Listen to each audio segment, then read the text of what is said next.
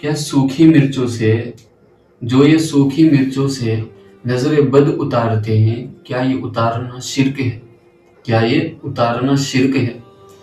یعنی اس طریقے سے اتارتے ہیں کہ 7 مرچیں لیتے ہیں سوکھی، 7 لال سوکھی مرچیں لیتے ہیں اور ان کو جو ہے انسان کے اوپر اس طریقے سے پھیرتے ہیں، پھیرنے کے بعد جو ہے ان کو جلا دیتے ہیں۔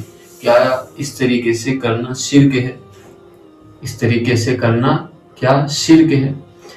تو فتاوی دارالعلوم میں بھی ہے، اور اسی طریقے سے فتاوی محمودیہ الفصل الثالث فی العملیات والوظائف میں بھی ہے کہ اس طرح کرنے میں کوئی مذائقہ نہیں ہے۔ اس طریقے سے نظر بد اتارنا درست ہے، اتار سکتے ہیں، اس میں جو ہے غیر اللہ سے مدد نہ لی گئی ہو اور خلاف توحید کام نہ کیا گیا ہو۔